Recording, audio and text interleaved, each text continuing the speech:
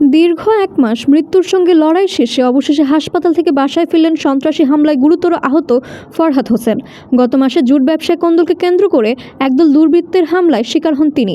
গুরুতর আহত অবস্থায় স্থানীয়রা দ্রুত তাকে হাসপাতালে ভর্তি করেন। এরপর শুরু হয় জীবন মৃত্যুর কঠিন লড়াই। হাসপাতালের প্রতিটি দিন ছিল পরিবার ও স্বজনদের জন্য আতঙ্ক আর উদ্বেগে ভরা। অসংখ্য মানুষের দোয়া আর চিকিৎসকদের নিরলস প্রচেষ্টায় ধীরে ধীরে সুস্থ হয়ে ওঠেন ফরহাদ হোসেন। অবশেষে এক মাস পর হাসপাতাল থেকে বাড়ি ফিরলে তাকে দেখতে ভিড় করেন প্রতিবেশী, শুভাকাঙ্ক্ষী ও স্থানীয় মানুষজন। পুরো এলাকায় সৃষ্টি হয় এক আবেগঘন পরিবেশ।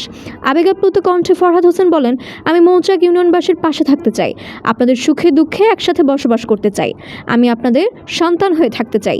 আপনাদের দোয়া ও ভালোবাসাই আমাকে নতুন জীবন দিয়েছে। এদিকে স্থানীয় সচেতন মহল হামলার সঙ্গে জড়িতদের দ্রুত আইনের আওতায় এনে দৃষ্টান্তমূলক শাস্তির দাবি জানিয়েছেন।